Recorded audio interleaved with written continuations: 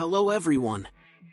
There's been another piece of news regarding the troubled development of the BioShock series continuation. It's certainly sad, but there's no need to dwell on it for too long. After all, finally, 5 years after its announcement, the remake of its visionary inspiration, the almost progenitor of the immersive sim genre, and the holder of the honorary title of a cult game that almost everyone has played, System Shock, is being released.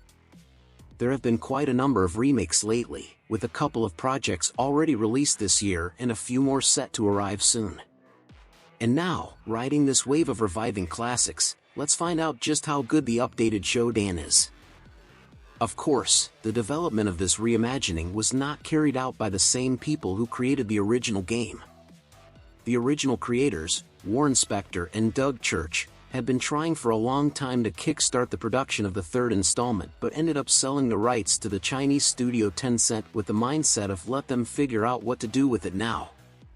However, the original parts, namely the first and second games, are in the hands of Night Dive Studios, which first re-released the original first game with some quality of life improvements and then embarked on a full-fledged remake. While the released screenshots and a small demo allowed an immediate assessment of the quality of the work being done, the question remained, would the developers be able to tackle such a complex project considering they had never created a game from scratch before?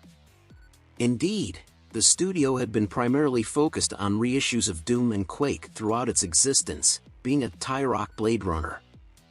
I have nothing against these cult classics, of course, but improving an already finished game and attempting to recreate an outdated project from scratch on a new engine with updated graphics, story, locations, and gameplay mechanics is quite a different challenge. The game begins with us being an ordinary hacker attempting to hack into highly important servers. At that moment, the infamous FBI, open up! Happens, and despite our clear disagreement with the situation, we are swiftly subdued and taken to a space station engaged in mining operations.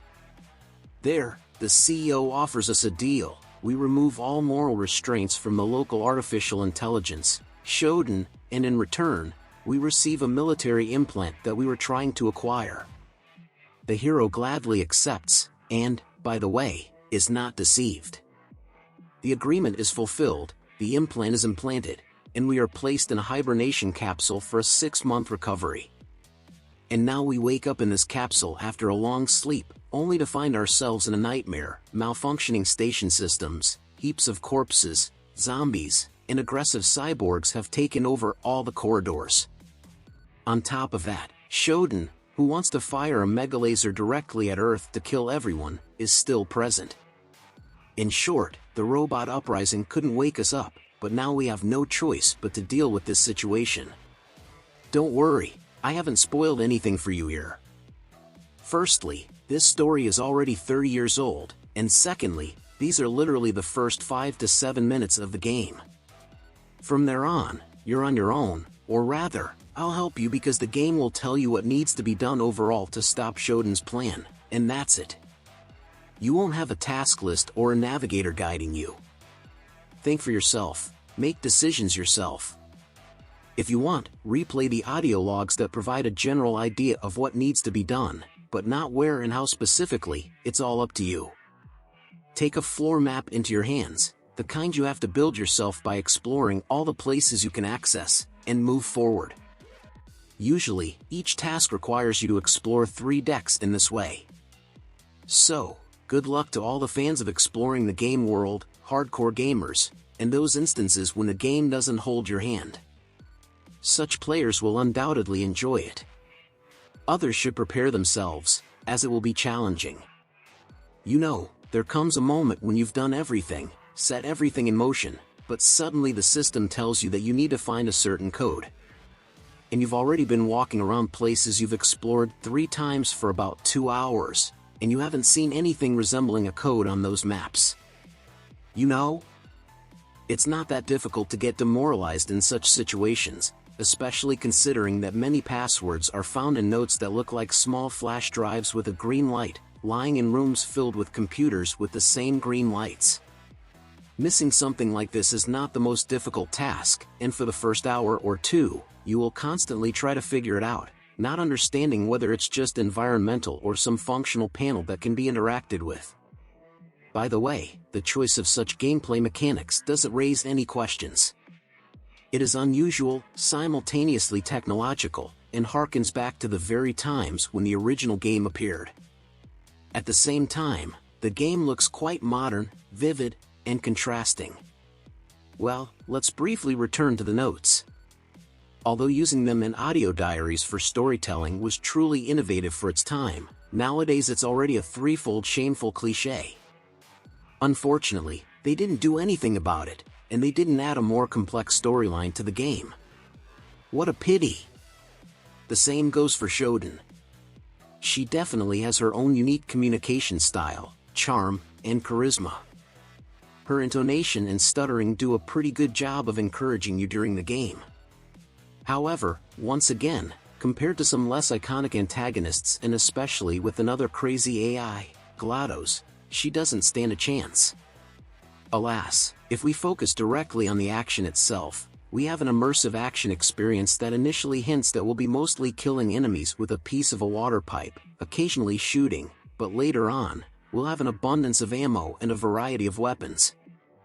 These weapons include both conventional firearms and futuristic ones that operate on the charge of your energy, which also powers the implants you'll be connecting to yourself throughout the game.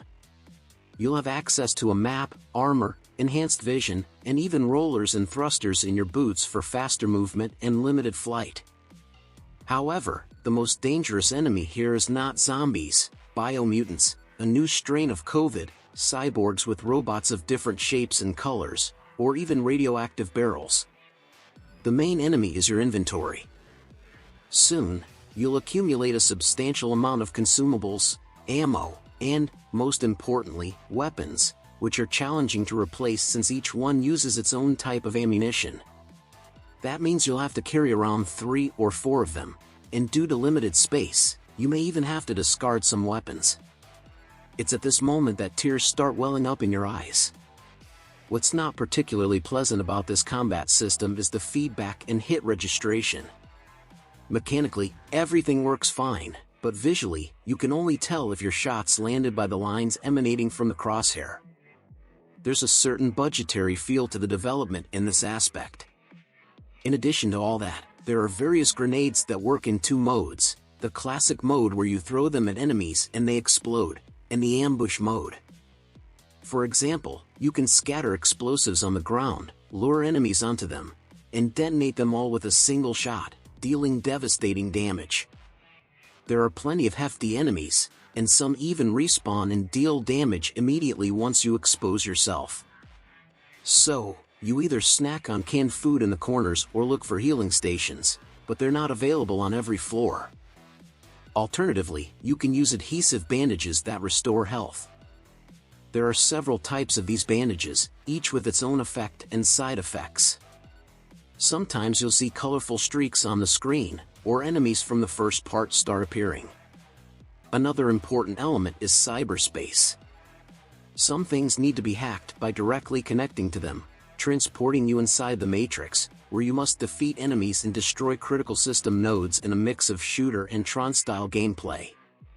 During these stages, it's easy to forget where you came from and what's up and down because everything looks the same. In the heat of battle, you completely lose your sense of orientation in space. There are separate customizable difficulty levels for all these elements, including puzzles. Yes, they range from simple puzzles like fixing a water pipe to complex ones like a refrigerator puzzle from Brothers Pilots. And it's not your typical increase in difficulty. For example, at the maximum setting for cyberspace, if your character dies inside the Matrix, they die in the real world too instead of just taking damage. Or a timer appears, and you have to complete the game within 5 hours. So, I wouldn't recommend that setting for your first playthrough. You'll spend about 5 hours just on the first 3 decks, 99% guaranteed. There's also a security level setting that is mysteriously described as the higher it is, the more closely Shodan watches you. What is it exactly? Well, each deck has a security indicator that you can decrease by disabling surveillance cameras and breaking critical system nodes. one might think that this would result in fewer enemies or them being less aware of your presence. However, as I understood it, and based on how it was in the original game, it only affects whether certain doors are open or closed. But even without innovations, the game did not go without changes. Did you think that these were all the achievements of the new game? No, here there is freedom of movement, clever use of explosives, and even flights in cyberspace. All of this was already present in the original. In the original, however, the latter was quite painful due to the absence of textures on the walls, only polygon outlines were present. Therefore, when flying in a tunnel or hitting an obstacle, it is not always clear at first glance, despite the overall similarity of the locations. Nevertheless, they have been modified. They changed and expanded the geography of the places, which is pleasing. Now you can explore all the locations from the original, but if you compare the maps from both games, you can notice slight differences. Even for experts, there are elements of exploration. In addition, a significant update is the introduction of a financial system that was not present in the original.